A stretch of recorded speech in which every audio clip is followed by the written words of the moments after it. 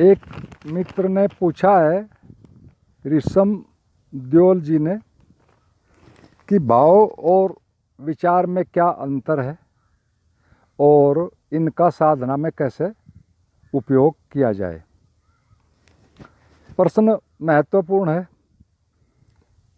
और जीवन के होने का आधार हम सभी जानते हैं द्वैत है और मुख्य रूप से द्वैत का अर्थ दो लिया जाता है, जैसे कि जन्म मृत्यु, रात दिन, प्रकाश अंधकार, पाप पुण्य आदि आदि। लेकिन द्वैत का सही अर्थ तो अनेक होता है, लेकिन ये अनेक भी एक तरह से उस द्वैत का ही विस्तार होता है और हमारा मन भाव और विचार के रूप में या इनके मिश्रित किसी ढंग में ही एक तरह से रूप में ही कार्य करता है। ये दोनों तो हमारे मानसिक जगत के आधार हैं। ठीक ऐसे ही जैसे हमारे शरीर के लिए हमारी दो टांगे, दो आँखें और दो कान, दो हाथ, दो नथुने या दो नीचे के अंग, चूँकि हमारा मन ही हमारा नियंता है, अतः हमें इन दोनों को ठीक से समझ लेना चाहिए। हम होश संभालते ही एक तरह से पाते हैं कि कोई हमारी देखभाल कर रहा है, माँ दूध व प्रेम दे रही है, घर के और लोग भी हमें प्यार कर रहे हैं, सहायता कर रहे हैं और हमारा मस्तिष्क इस सब कुछ का विश्लेषण करके एक तरह से कुछ ठोस निर्णय लेता है और वो निर्णय होता है कि ये मेरे हैं या कहो हम सब एक ही हैं। अब तक जो मन मस्तिष्क का विचार था अब से पहले, वो अब एक तरह से फाइनल निष्कर्ष हो गया है, यानी एक तरह से भाव बन गया है। और रिसर्च कहती हैं एक तरह से कि बच्चे की ऑब्जर्वेशन पावर जो है शुरू के 10-12 साल तक सर्वाधिक होती है, फिर मस्तिष्क विकसित हो जाता है और चीज़ें भी इस निर्णय की प्रक्रिया में जुड़ जाती हैं, लेकिन शुरू के कुछ वर्षों का प्रभाव जीवन पर्यंत एक तरह से रहता है।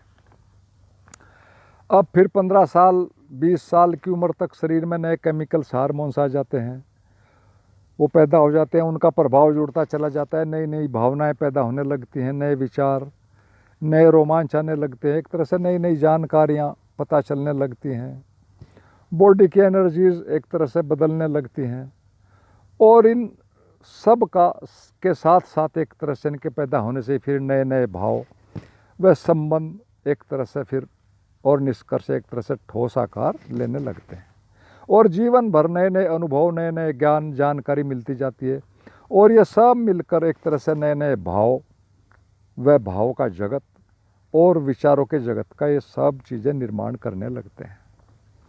मतलब एक है कहने का कि विचार, चिंतन, मनन या दर्शन का निष्कर्ष जब एक ठोस निर्णय लेता है और वह ठोस निर्णय हमारे व्यक्तित्व का पार्ट कहो बन जाता है या कहो भाव बन जाता है। और चूँकि सारा जीवन हमारा विचारों पर ही चलता है, हमारे चेतन मन विचारों से हमारा चेतन मन काम करता है और उस चेतन मन का ही सारा निर्माण है और उसके द्वारा लिए गए कोई विचार, निष्कर्ष या मान्यता वो जितने भी गहरे में चली जाती हैं, वह उतना ही उस विचारों का एक तरह से मजबूत होना होता जाता है और एक तरह से वो भाव बनता जाता है। इसे ऐसे समझ ले कि विचार शुरुआत है, हमारा एक तरह से कहो हल्का सा बंधन है या हमारे व्यक्तित्व की परिधि पर है और जब वह गहरे में चला जाता है एक तरह से फाइनल होकर, तो फिर वह चेतना के अति नज़दीक हो जाता है और फिर वही भाव बनकर एक तरह से मजबूत बंधन बनने लगता है। विचार एक तरह से पतली सी रस्सी का बंधन है, भाव मोटी रस्सी का या मोटे रस्से का बंधन है और इसीलिए फिर उसे, चूँकि वो बड़ा बंधन है, फिर उसे ही हम भाव सागर कहते हैं और फिर बंधनों के संदर्भ में भी उसकी एक तरह से विवेचना करने लगते हैं, उसको देखा जाता है और इसी बंधन के कारण ही फिर और कई चीज़ें, लोभ, मोह, अहंकार, सभी गुण अपने आप ही आ जाते हैं इस एक ही बंधन के कारण। ये सब इसी से जुड़ जाते हैं, ऐसे ही जैसे कि एक तरह से मिठाई पर मक्खियाँ अपने आप आ जाती हैं, उन्हें कोई बुलाता नहीं। मूल है हमारा अटैचमेंट, हमारा भाव या हमारा भाव के साथ बंध जाना। और विचार से भाव तक जाना, या कहो अवचेतन मन की गहराई तक जाना, एक तरह से सभी मनुष्यों की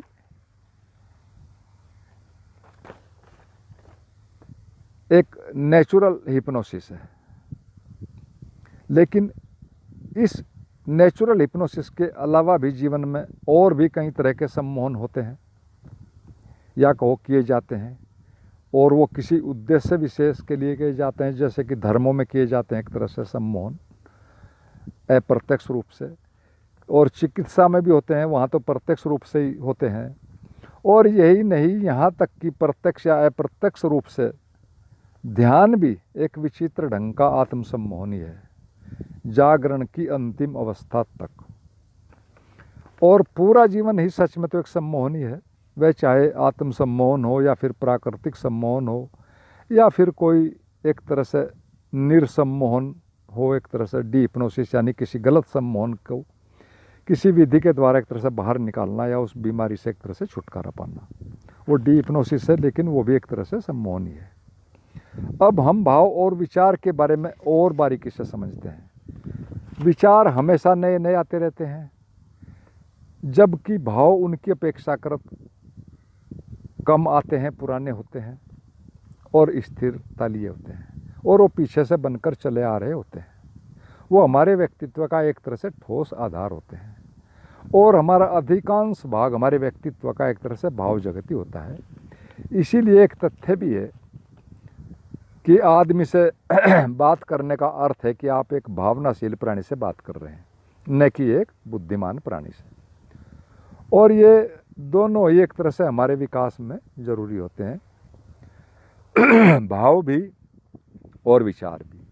ये इसी तरह ज़रूरी है जैसे कि एक इंजन में चिकना रखने व सुरक्षित और उसको स्थायी रखने के लिए एक तरह से चिकने तेल की ज़रूरत होती है, मोबिल ऑयल की ज़रूरत होती है, और दूसरी तरफ उसे गति देने के लिए ईंधन डालना पड़ता है, कोई तेल, डीजल, पेट्रोल आदि कुछ भी, और दोनों से ही एक तरह से गाड़ी चलती है। ठीक ऐसे ही हमारे विकास में भी भाव और विचार होते हैं। अब हम और थोड़ा आगे समझते हैं कि भाव जो होता है वो एक तरह से स्त्रीण होता है, स्वभाव के हिसाब से, उसके गुण धर्म के हिसाब से। उसमें एक मधुरता होती है, एक रस होता है, एक प्रेम होता है, एक स्थिरता होती है, और एक प्रतीक्षा जैसी चीज़ भी होती है, जो कि ये सारी चीज़ें स्त्रीण गुण होते हैं। और विचार में एक गति होती है, एक अहंकार, एक निरंकुशता होती है, चंचलता होती है, जल्दीबाजी होती है, और कुछ पाने का एक तरह से एक पौरुषीय गुण होता है। सभी गुण एक तरह से पुरुष के होते हैं। लेकिन हम हमेशा भाव जगत में ही बने रहना चाहते हैं, क्योंकि वहाँ एक कल्पनाओं का एक तरह से माधुर्य होता है। आपने देखा होगा कि प्रेमी प्रेमिका 7 जन्मों तक के वादे करते रहते हैं, कभी भी भावनाओं से बाहर आकर यह नहीं सोचते, देखते कि अगले जन्म में ऐसी क्या विशेषता होगी जो कि अभी नहीं हो रही है। बात सिर्फ कुल इतनी है कि हम हमेशा दूसरे से ही किसी न किसी रूप में जुड़कर एक झूठे सहारे के सहारे एक तरह से जीते रहने के आदी हो चुके हैं, और इसी आदत में बने रहने के कारण फिर नई नई कल्पनाएं भविष्य की पैदा होती रहती हैं, उन संबंधों को शाश्वत बनाए रखने के लिए। और हम पुरानी भावपूर्ण बातों को ही दोहरा दोहरा कर आनंद एक तरह से मगन होते रहते हैं। हमें इतना भी होश नहीं होता कि जो चीज़ या सुख या आनंद दूसरे पर निर्भर हो, उसमें एक तरह से शांति या विश्राम या स्वतंत्रता या आनंद कैसे हो सकता है। दूसरा कभी भी कुछ भी बदल सकता है, कुछ भी कर सकता है, दूसरा फिर भी दूसरा ही है। हमें एक तरह से पता ही नहीं कि हमारा मन गहराई में हमारी सब सच्चाइयों को जानता है, हमारे संबंधों की सच्चाइयों को भी जानता है। हम भले ही बाहर से परिधि पर कुछ भी करते रहें, वो सब जानता है। और हम भले ही कितना अपने को धोखा दे लें दूसरे को, लेकिन वो सब सच्चाई अंदर है, और वो सच्चाई रहती ही है।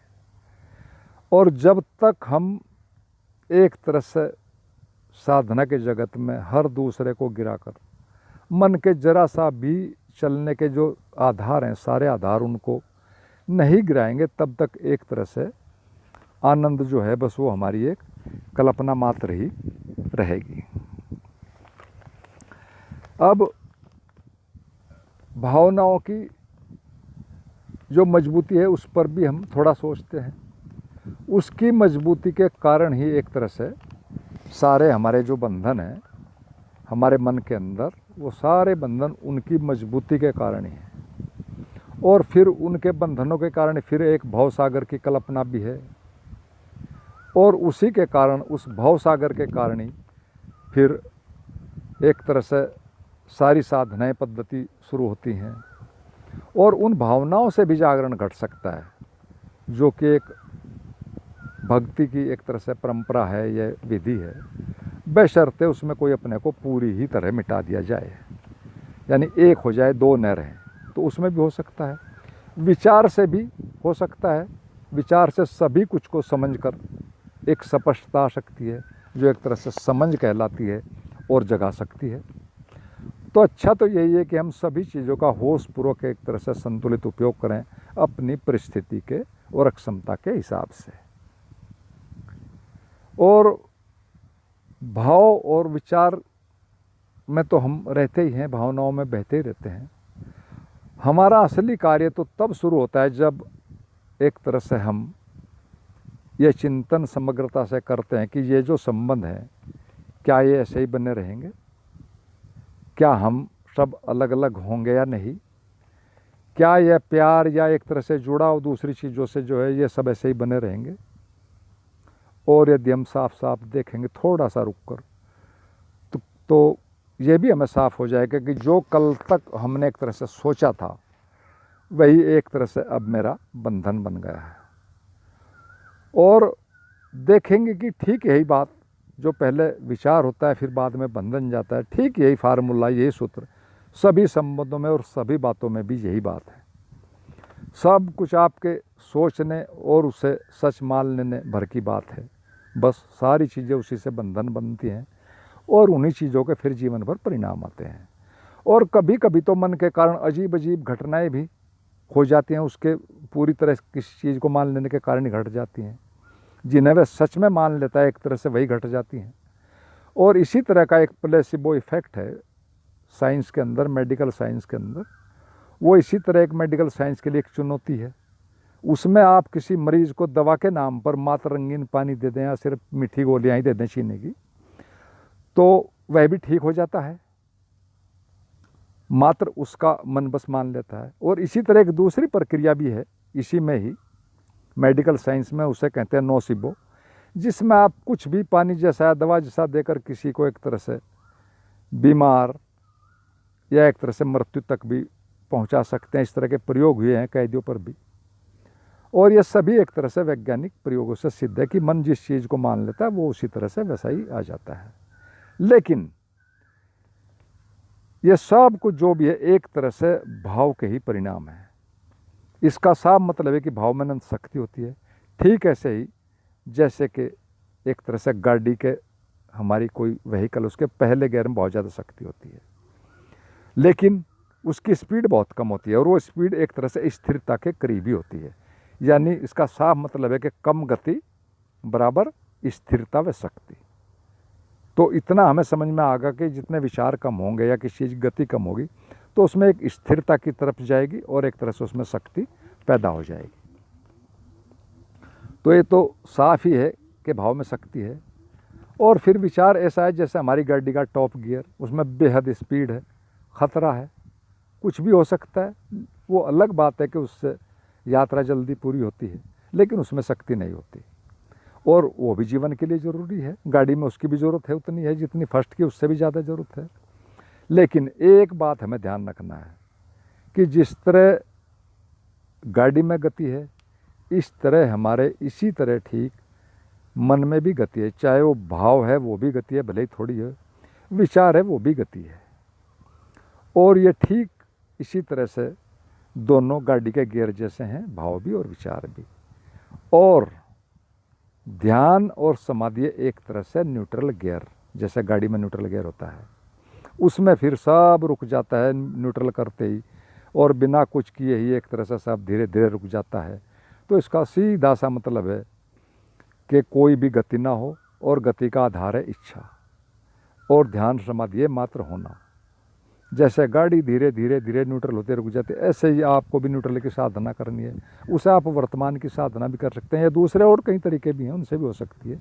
फिर धीरे धीरे हमारी चेतना के कंपन, हमारे मन की गति फिर धीरे धीरे रुक जाती है। और पूरी तरह रुक जाना ही एक तरह से वर्तमान में होना है।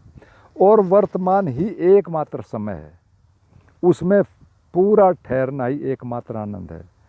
लेकिन मनुष्य की बेहोशी बेहिसाब है, या तो भूतकाल की यादों में विचरता रहता है या फिर भविष्य की कल्पनाओं में, जो कि दोनों ही नहीं है कहीं भी। भूतकाल जा चुका है हमेशा के लिए, भविष्य भी आया नहीं, उसकी कोई गारंटी नहीं। भूतकाल का निचोड़ हमारी भावनाएं हैं, और भविष्य का आधार एक तरह से हमारी कल्पनाएं हैं। और हमारी सारी जीवन एक तरह से हमारा इसी में चलता है। और हमारे समाज की सारी, दुनिया की सारी फिल्में या साहित्य या धर्म, या कहो अधिकतम प्रसिद्ध हस्तियाँ भी, और हमारी जनसंख्या का भी अधिकतम भाग इन दोनों में ही एक तरह से घूम रहा है या घूम रही है, जो कि सच में दोनों कहीं हैं ही नहीं। तो हमें तो साफ साफ जानना व देखना चाहिए कि जो भी समय एक तरह से अभी हमारे पास है वही हमारा है, उसका ही हम सच में सदुपयोग कर सकते हैं, दुरुपयोग कर सकते हैं। अपने को जानना सिर्फ इसी समय में हो सकता है, वही समय का सदुपयोग कहला सकता है, होता है। और अपने को जाने बिना कुछ भी जान लेना कोई भी अर्थ नहीं है। मनुष्य अपने को जाने बिना हमेशा ही से ही दुखी रहा है और रहेगा। सिर्फ थोड़े से लोग ही हमेशा से सुखी रहे हैं, और आगे भी एक तरह से वही लोग रहेंगे जो अपने को जानते हैं। तो उत्तर तो मिल गया होगा, जो मित्र ने प्रश्न किया था, काफ़ी चीज़ें साफ़ हो गई होंगी। अगर आपको अच्छी लगी हो वीडियो तो आप इसे लाइक शेयर सब्सक्राइब करें, मित्रों में ज़रूर पहुंचाएं, और कमेंट ज़रूर क्या करें। किसी मित्र को कुछ भी पूछना हो तो वो फ़ोन पर पूछ सकता है। और अंत में आप सभी को मेरा प्रणाम।